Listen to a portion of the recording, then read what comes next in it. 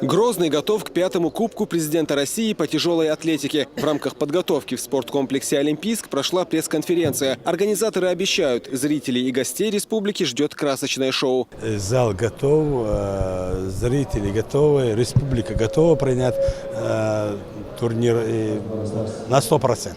На помост выйдут около 200 спортсменов из 20 стран, в числе которых чемпионы мира и олимпийские чемпионы. Примечательно и то, что в полном составе в Грозный приехала сборная США.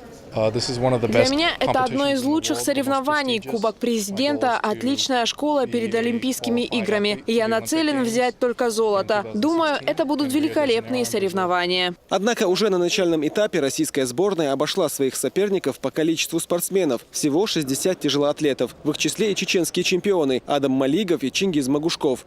Россия между Россией будет соперничать, как всегда. Других соперников мы не видим.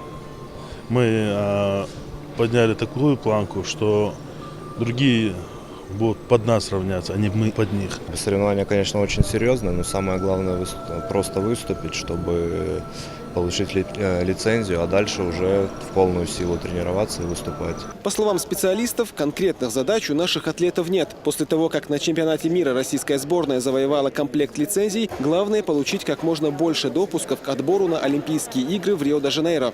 Соревнования покажут, кроме России, сильная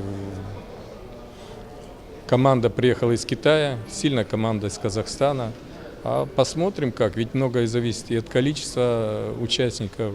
Уже завтра будут разыграны первые комплекты медалей. Стоит отметить, что призовой фонд Кубка президента остался прежним. Победители получат по $5000, а за мировые рекорды премиальные – $6000. Зураб Центроев, Земфира Лалаева, Муслим Типаев и Дауд Куруев. Новости.